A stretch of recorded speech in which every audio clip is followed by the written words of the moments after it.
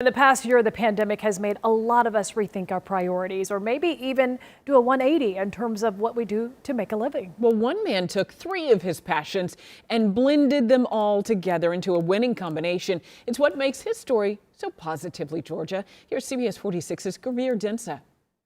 My mind automatically was thinking I'm going to interview Marc the chef, and I wasn't thinking Marc the developer. No, I'm not the chef. I am definitely not the chef. You probably won't recognize his face, but his fingerprints are dotted across the landscape of Atlanta. Yeah, all I've ever done has been apartments and condos, mostly apartments, and I've done them all over the country. So, yeah, it's been good to me.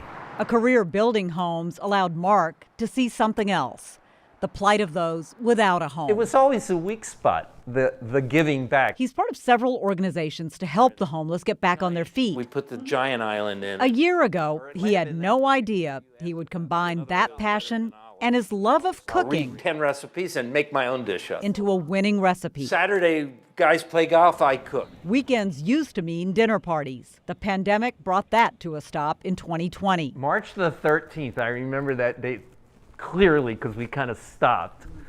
We said, well, let's just enjoy what we have, and we cooked. It's March the 14th, and we cooked a mustard green soup. Marc chronicled each day in a small notebook. On the 17th, which was Tuesday, we did in fact have pizza. He took pictures. It was a lark, and I started in March and went through April into May. By August, Marc thought, why not turn the makeshift notes into a book? And then I printed one, and I wanted to give it away as a holiday gift to friends. I thought that'd be a lark, right? The lark became 750 books. And I would give them away as a holiday gift, and I would include a little card that simply said, if you feel like it, why don't you consider a contribution?